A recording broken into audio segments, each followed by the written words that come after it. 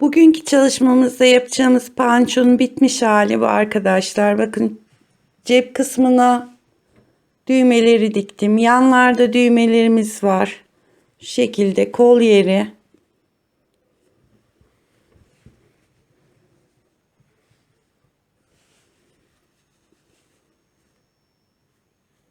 Kapşonumuz da bu şekilde hafif yuvarlaklık verdik. Bu pançomuz 1-2 yaş civarında çocuklar için oldu. Eğer daha büyük istiyorsanız 10'ar ilmek falan büyütebilirsiniz. Tabi boyunu da büyüterek. Bu pançoyu yaparken arkadaşlar 7 numaralı şişimizin yanında bir de yakayı örebilmek için misinalı şişe ihtiyacımız var. Şu kapşonu örebilmek için. Düğmelerimiz istediğiniz düğmeyi takabilirsiniz. Yani o tamamen farklı daha iri düğmeler de takabilirsiniz. Şöyle rengarenk pompomlar. Bakın. Bu pompomları da Instagram adresinde Pompomcu Selin var. Oradan aldım arkadaşlar. Yani siparişte geldi. Güzel pompomlarmış. Bakın böyle tüylü tüylü. Yapacak arkadaşlara kolay gelsin. Merhaba arkadaşlar. Bugünkü çalışmamızda sizinle Himalaya'nın Enjoy ipiyle böyle 1-2 yaş için bir bebek pançosu, çocuk pançosu yapacağız. İpimiz şu incelikte, biraz ince olduğu için ben bunu 2 kat kullanacağım. Önce iç ipini çıkardım. Ve şuradaki dış ipini de alıyorum.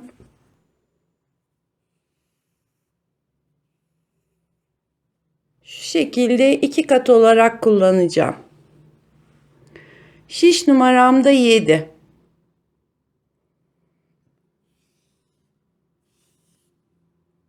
...55 ilmek atarak şöyle yapıyorum.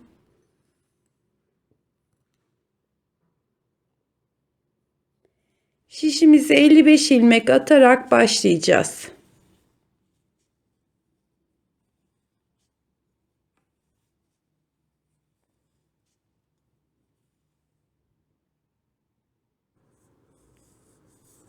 ...55 ilmeğimi attım. Bant kısımlarımız pirinç olacak. İlmek attığım sırada ilk ilmeğimi örüyorum. Düz olarak ördüm.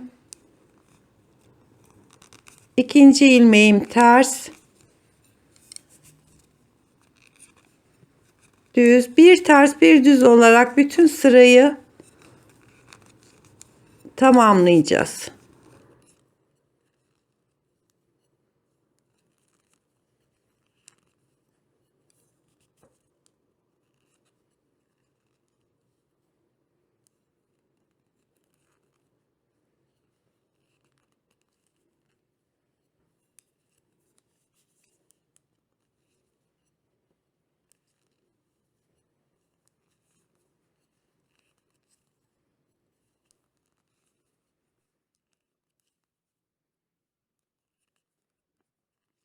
Sıranın sonuna geldiğimiz zaman son ilmeğimizi, şuradaki son ilmeğimizi düz olarak örüyorum.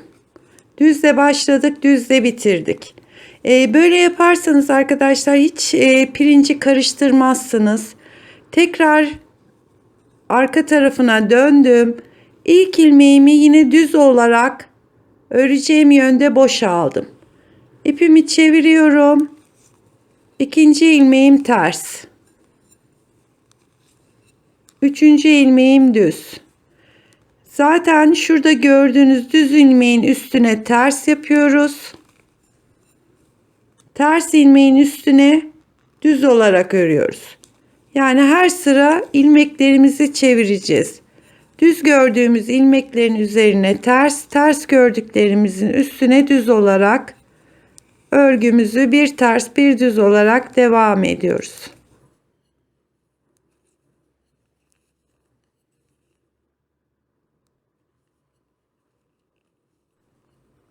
İkinci sıranın sonuna geliyoruz.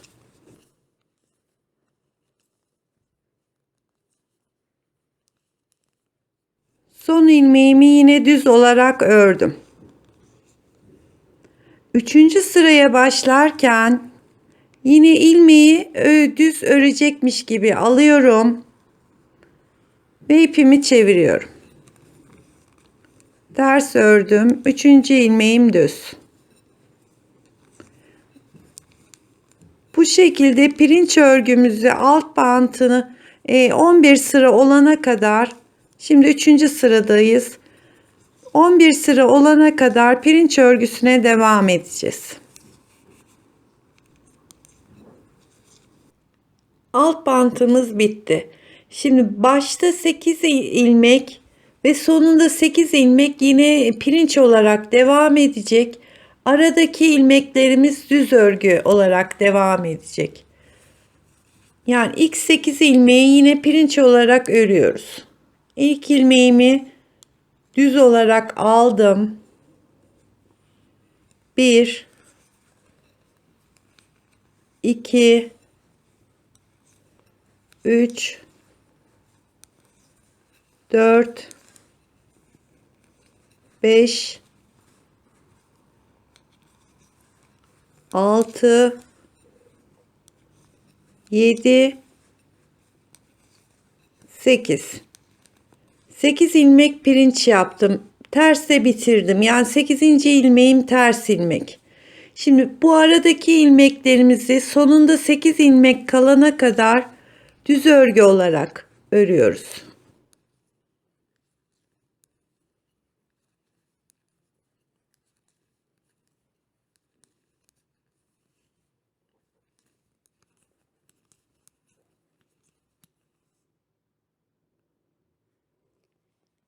Sıramızın sonunda 8 ilmeğimiz kaldı. Tersle başlayacağız. İlk ilmeğimiz ters olacak yani.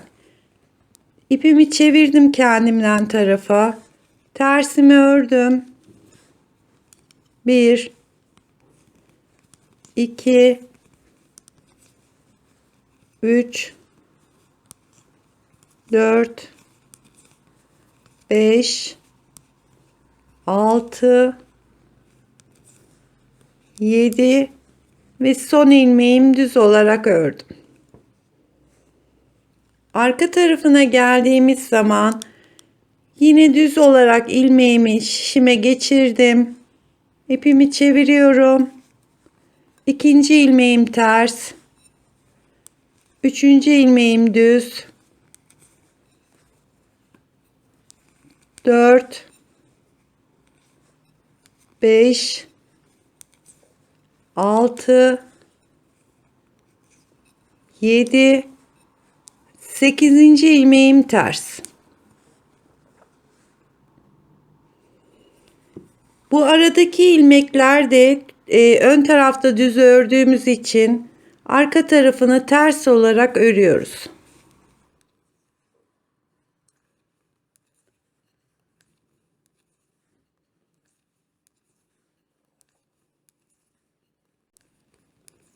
Sıranın sonunda 8 ilmeğimiz kaldı. Şimdi ters örerek gelmiştik bu sırayı. 8. yani şuradaki ilk ilmeği yine ters olarak örüyorum.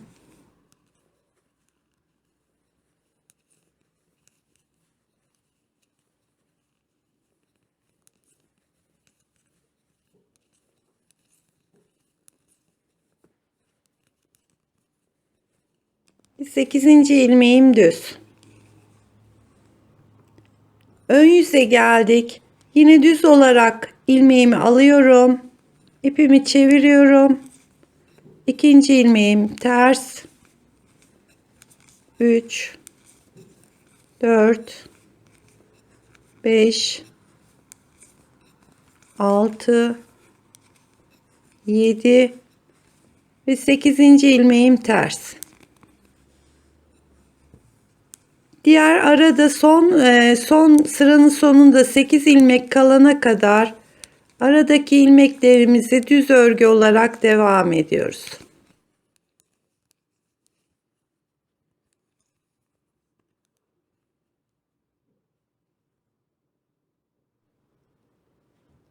Örgümüzün arka tarafında burada karıştırmayın arkadaşlar. İkinci ilmeğimiz ters. Pardon. 3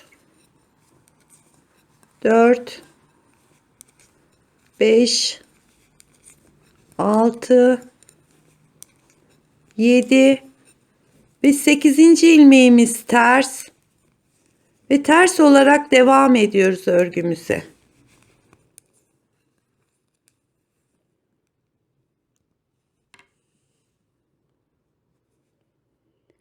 Bunun son ilmeği ile aradaki ters yan yana geliyor. Bu sıramızda böyle bu şekilde devam edecek. Şimdi örgü pançomuzun boyunu ne kadar istiyorsanız bu şekilde ön yüzde düz, arka yüzde de aradaki ilmekleri ters örgü olarak, başta da 8'er ilmeği pirinç olarak yürüterek örgü boyu olana kadar bu şekilde devam edeceğiz. Arka tarafı ters, ön tarafta düz örgü. Pançomuzu bu şekilde yaka kısmına kadar geldim arkadaşlar. 8'er ilmek kenarlarda pirinç olarak yürüttüm. Şimdi şu şablonda yaka kesmesini de göstereyim. 55 ilmek başlamıştık. 55 ilmeğin santim olarak 36 santim. Kenarlarda 8 ilmek pirinç, arada 39 ilmek düz örgü olarak devam ettik. Şu anda yaklaşık bir 34-35 santimlerdeyim. Yaka keseceğiz. Tam bittiği zaman da ölçüsünü veririm, boy ölçüsünün ne olduğunu. Arkadaşlar şiş numaramız da 7 idi. Şimdi 15 ilmek omuzlarda olacak. Arada da 25 ilmek yaka için keseceğiz. Şimdi önce 8 tane pirincimi örüyorum. 2 3 4 5 6 7 8 pirincimi ördüm. Omuz için 15'e tamamlayacağız burayı. 9 10 11 12 13 14 15. Bu aradaki buradaki 15 ilmeğimiz omuz olacak. Yaka için 25 ilmek ayırmıştık. Arada tam ortada 9 ilmek, daha sonra 3 2 2 1 olarak şu yaka oyuntusunu vereceğiz. Aradaki 9 ilmeği kesmek için önce buradan 8 ilmek daha örüyorum. 1 2 3 4 5 6 7 8.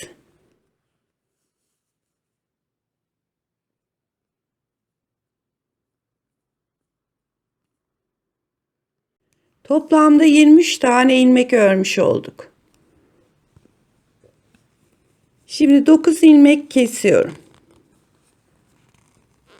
1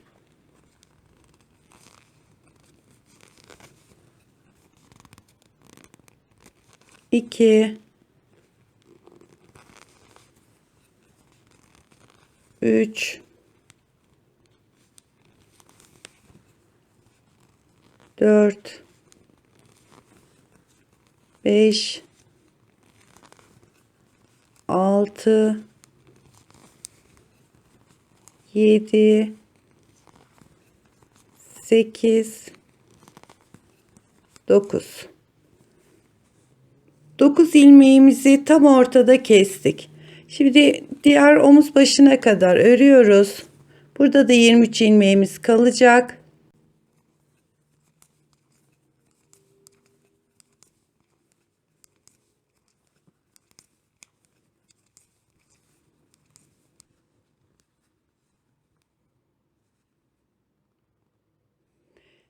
Şimdi tekrar yaka kısmına kadar arka taraftan örerek geliyoruz. Şimdi ön yüzde 3 ilmek keseceğiz burada. Fakat kesmemizin düzgün olması için arka yüzde o 3 ilmeğin bir tanesini kesiyorum. Geri dönüyorum. Şimdi burada 3 ilmek olarak ayarlamıştık sayımızı. 1 ilmek kestik. Yani 2 ilmek keseceğiz burada. 1 2. Dönüşte de bir kestiğimiz için toplamda 3 ilmek oldu. Şimdi tekrar omuz başına kadar gidiyoruz ve geri geliyoruz. Ön yüzde 2 ilmek keseceğiz. Yine kesme yerlerimiz düzgün olsun diye o 2 ilmeğin birini tersten kestim, dönüyorum. Bir ilmek de düzden kesiyorum. Toplamda 2 ilmek kestik. Yani önce 3 ilmek, pardon 9 ilmek, daha sonra 3 ilmek, 2 ilmek. Şimdi devam edip tekrar yaka kısmına kadar örgümüzü örüyoruz. Ön yüzde 2 ilmek kesmemiz gerekiyor. Şimdi onun birini ters tarafta kesiyorum. Şu 2 ilmeği birlikte aldım. Örgümü çeviriyorum ve bir ilmek de ön yüzden keserek 2 ilmeği tamamlamış oluyoruz.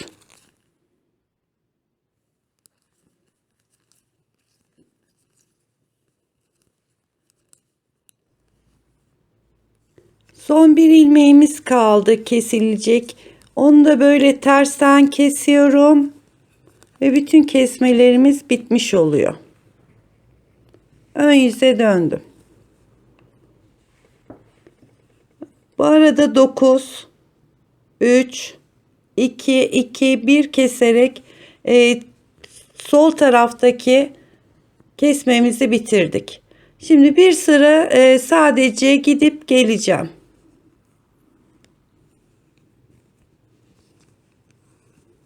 Bu şekilde hiç kesmeden omzumuzda 15 ilmek kaldı.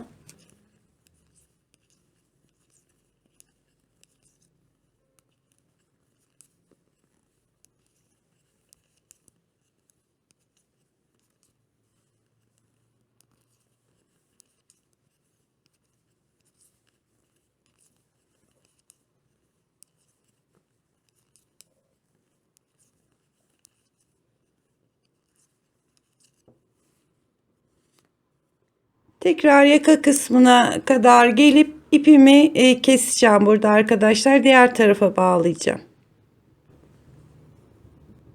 Şu şekilde yaka kesmemiz bitti. Şimdi bu ipimi omuzları kesmiyorum. Şişte bekleteceğim. Şöyle ipimi biraz paylı bırakıp kesiyorum. Şimdi sağ tarafın kesintisini yapacağız. Aynı şekilde arkadaşlar.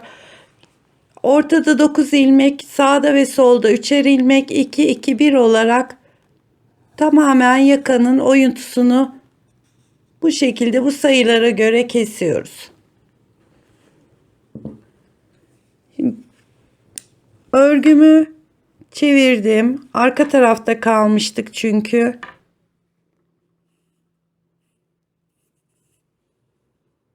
Şöyle şuradan bir yere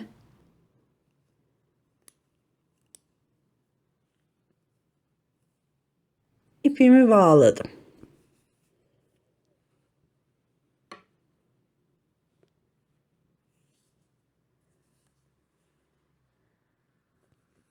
İpi bağladıktan sonra direkt 3 ilmek kesme ile başlıyoruz. 2 ilmeği birlikte aldım. 1 2 3 ilmek kestim. Omuz tarafına da doğru örüyorum ve tekrar yaka tarafına geleceğim kesme yapmak için. 3 ilmek kestik. 2 ilmek keseceğiz. 3 ilmekten sonra onun bir ilmeğini ön yüzden örgümü çeviriyorum. Bir ilmeğini de arka yüzden kesiyorum. 2 ilmek kesmiş olduk.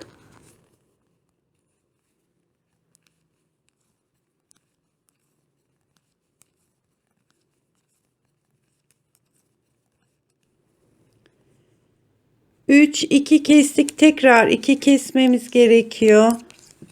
2 ilmeğin yine ilk ilmeğini ön yüzden kesiyorum. Bir ilmeğin de arka taraftan.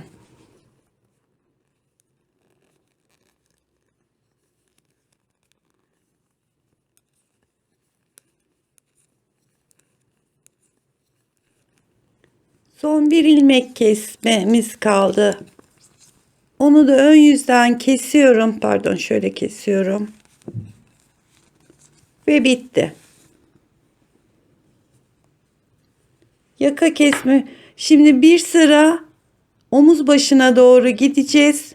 Ve tekrar buraya geldikten sonra bir sıra daha omuz başına doğru gideceğiz. Yani ipimizin yönü, bakın bunu da burada bıraktım. Bunda da omuz tarafında kalacak.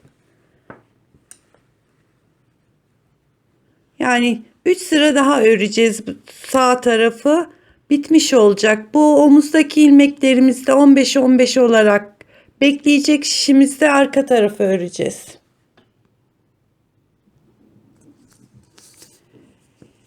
Boyu tam olarak şöyle tutuyorum omuzdan.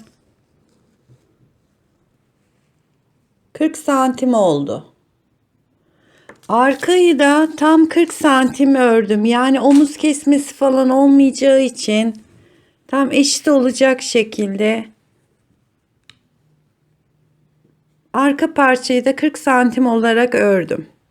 Şimdi 2 tane parçanın ön yüzleri birbirine bakacak şekilde şöyle tutuyorum. Arkada omuzlarda 15 ilmek bırakmıştık. Arkada 15 ilmeği birbiriyle pardon, ikisini beraber alarak omuz birleştirmesini yapacağız.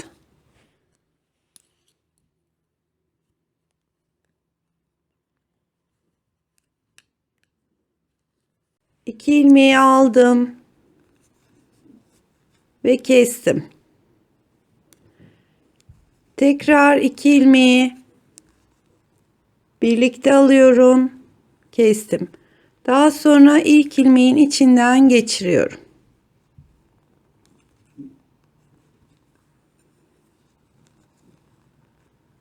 Kesmeyi yaptım. Bir önceki ilmeğin içinden geçirdim. Bir arka parçadan, bir ön parçadan ilmek alıyorum. Daha sonra bir önceki ilmekten geçiriyorum. Şişlerdeki 2 ilmeği tek ilmeğe indiriyorum ve bir önceki ilmekten geçiriyorum.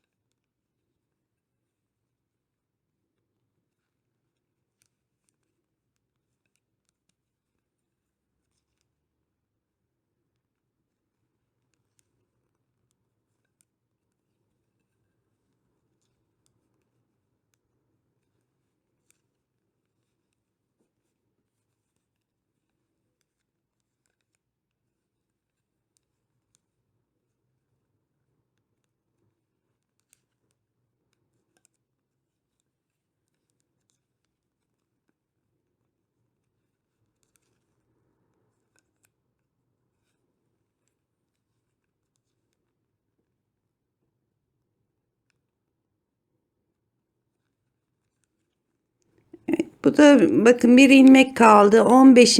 kesmemiz. Omuzun bir tarafına eklemiş olduk.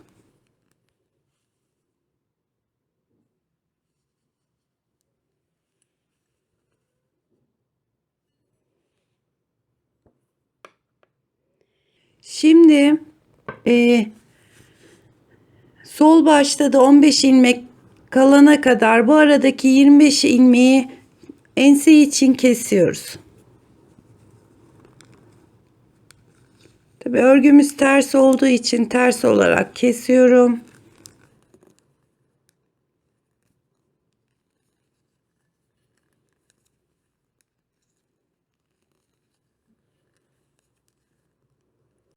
Bu şekilde arka ensede 25 ilmek kesmesini yapıyoruz.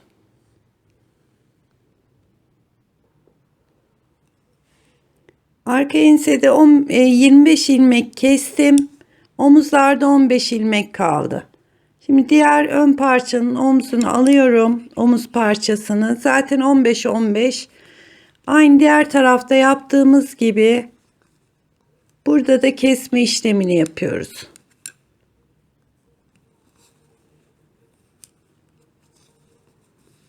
Bu şekilde omuzlarımız da birbirine dikişsiz olarak birleşmiş olacak.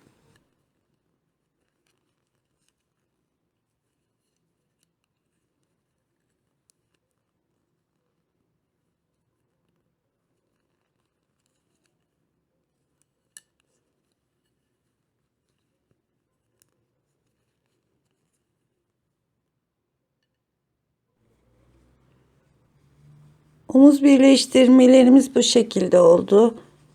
Yani bütün pirinçlerimiz, ilmeklerimiz karşılıklı denk geldi. Şimdi ipimi tam yakada ortada 9 ilmek kesmiştik. Onu tam ortasına bağladım. Şimdi kapşon için misinalı şişimize geçiyoruz.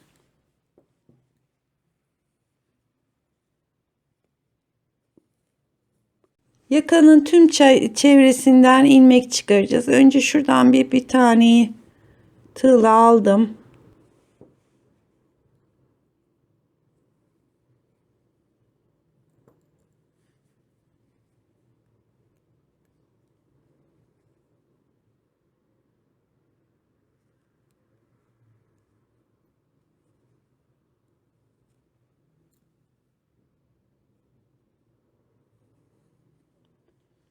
Tam ortadayız arkadaşlar. Şu omuza kadar kaç ilmek alıyorsak, diyelim ki 20 ilmek aldıysak diğer ön parçadan da 20 ilmek alacağız. Yani sağ ve sol yaka kısımlarımız eşit olacak.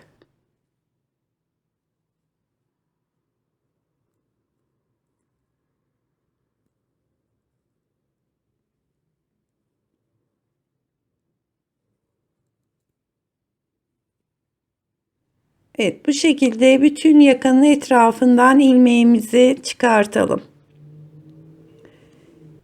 Yakadan ilmeklerimi topladım. Şu omuz dikişine kadar 20 ilmek, arkada 27 ilmek çıkardım. Önde de diğer önde de 20 ilmek çıkardım. 20 40 27 de burası var. 67 ilmek oldu şu anda şişimde. Örerken 2-3 tane daha aralardan çıkartıp 70'e tamamlayacağım arkadaşlar. Şimdi örneğimizi kurarken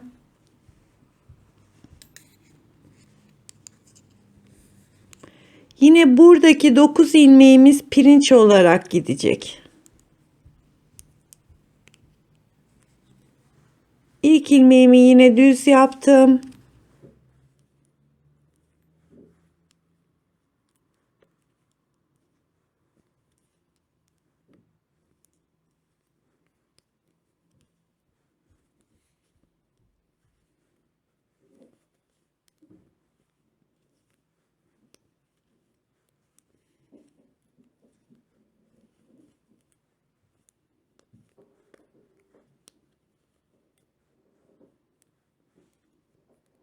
Pardon, 9 ilmek değildi, 8 ilmekti pirinçlerimiz, yanlış söyledim. 2 4 6 8 ilmek pirincimiz.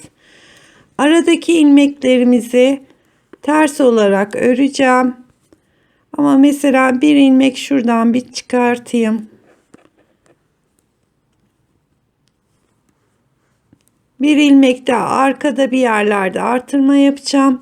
Yani 3 ilmeğim eksik olmuş. 70 ilmeğe tamamlayacağım.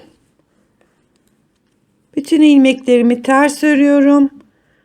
Buradaki 8 ilmeğim de pirinç olarak devam edecek.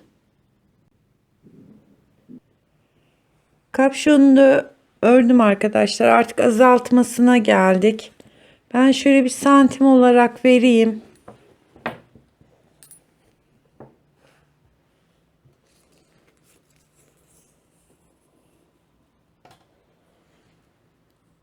...23 santim ördüm.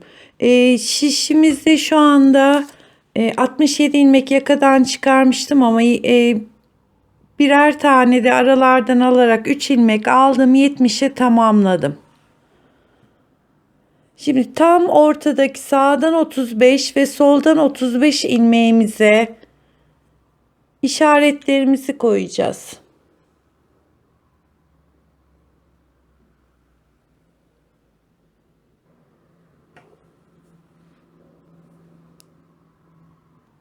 Burası tam 35. ilmeğimiz. Bu da 36. Yani diğer taraftan 35. ilmeğimiz. İki tane yan yana işaretimi koydum.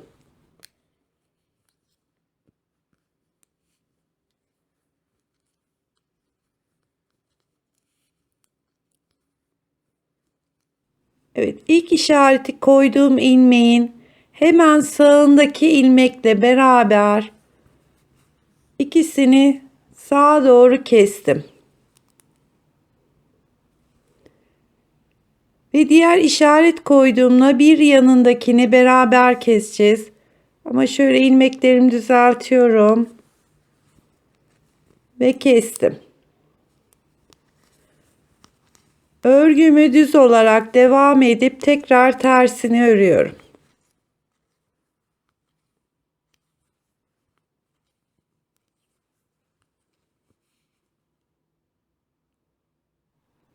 Tekrar ön yüzde kestiğimiz noktaya bir ilmek kala, evet, şu ilk kestiğimiz ilmek, şu iki ilmeği tekrar sağa doğru kesiyorum. Pardon.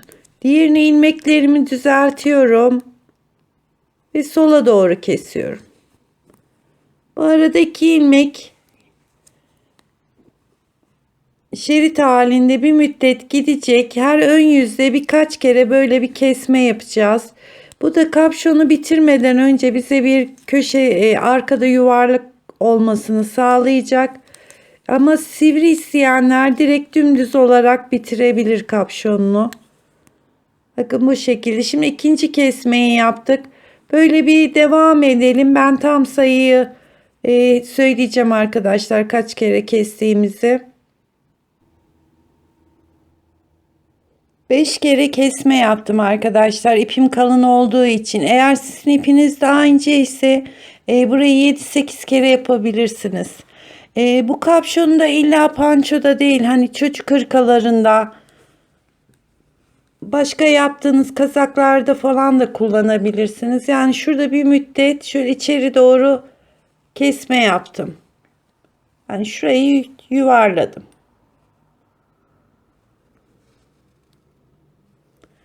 Şimdi şişlerimizin iki ucunu bir araya getireceğiz ve kapşonun bitimini yapacağız. Fakat eğer böyle düzden yaparsak dikişimiz üst kısımda kalır. O yüzden kapşonun tersini çeviriyorum.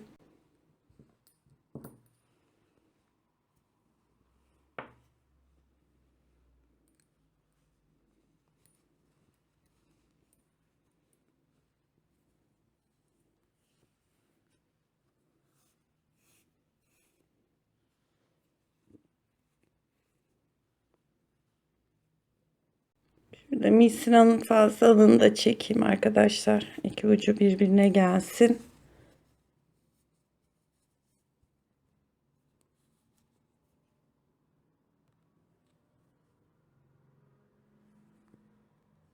Şöyle karşılıklı tutuyorum.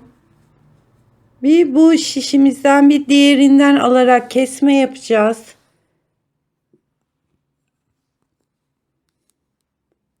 Bakın bunu aldım. Karşıdaki ilk ilmeği alıyorum. Kestim. Tekrar yanındakini alıyorum. Kesmemi yaptım. İlk ilmeğin içinden geçiriyorum. Bunu birçok şeyde bu kesmeyi kullanıyoruz. Özellikle kalın iplerdeki omuz birleştirmelerinde falan iyi oluyor. Kesiyorum ve ilk yaptığım ilmeğin içinden geçiriyorum. İki ilmeği birlikte aldım.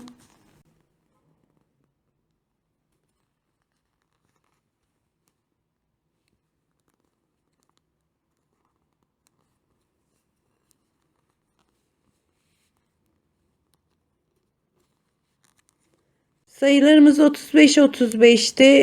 5'er tane kesme yaptık. 30 ve 30 ilmek kaldı. Bu karşılıklı 30 ilmeği bu şekilde sonuna kadar kesmesine devam edeceğiz.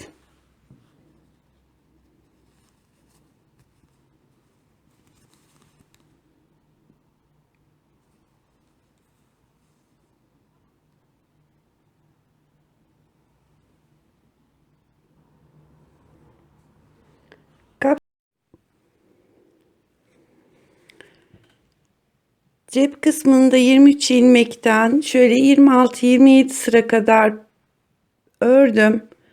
Cebimi yerleştirdim. Yani şöyle ortaladım. Kenarlarda eşit düz kalacak şekilde. Şöyle iğnelerimi de taktım kaymasın diye. Şimdi şu dikişini göstereyim. Ben şu kenarını diktim. Dikerken tam şu dibinden alttaki de düz örgünün yerini takip ederek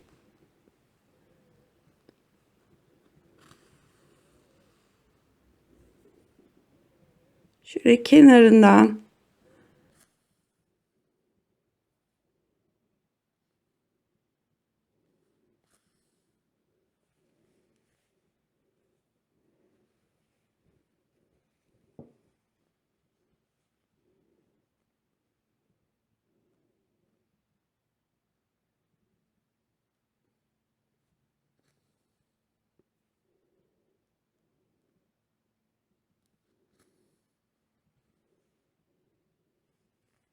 bu şekilde de dikişini yapıyoruz arkadaşlar.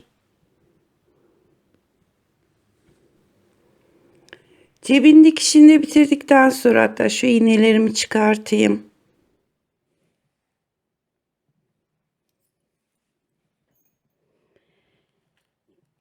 Şu düğmelerim var. Böyle renkli istediğiniz renkte düğmeler kullanabilirsiniz. Her iki taraftan şöyle bir kol boyunu bıraktıktan sonra oldukça geniş bir kol boyu bıraktıktan sonra ortalama yani şöyle karşılıklı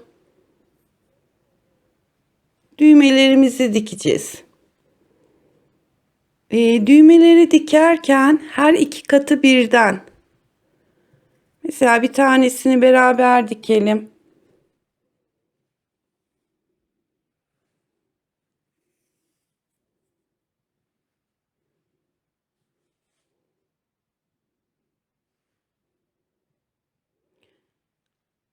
Mesela saydım alttan 10. pirince tam ortadan gelecek şekilde önce şuraya bir ipimi sabitleyeyim.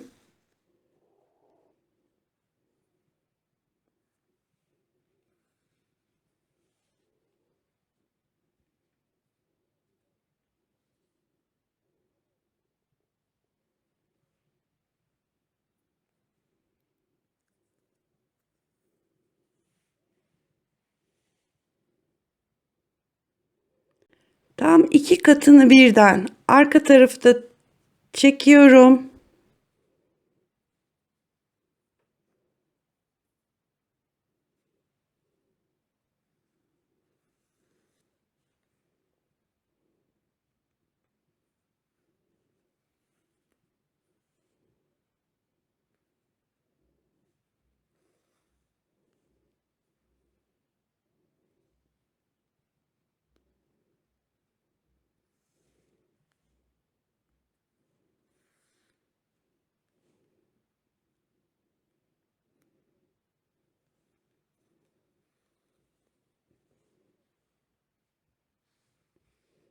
İsteyen bu ön kısımda ilikte açıp düğmeyi geçmeli yapabilir. Fakat zaten kullanılmıyor açıp kapatmak.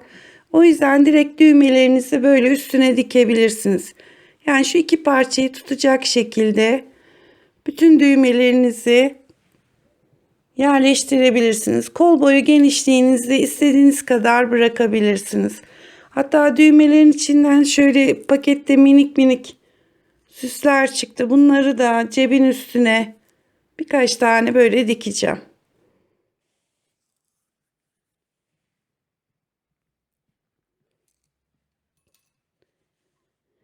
Pompomu da isteyen koyabilir arkadaşlar. Tam şu kısmına zaten pompomların kendi ipi var. Şu şekilde geçireceğim.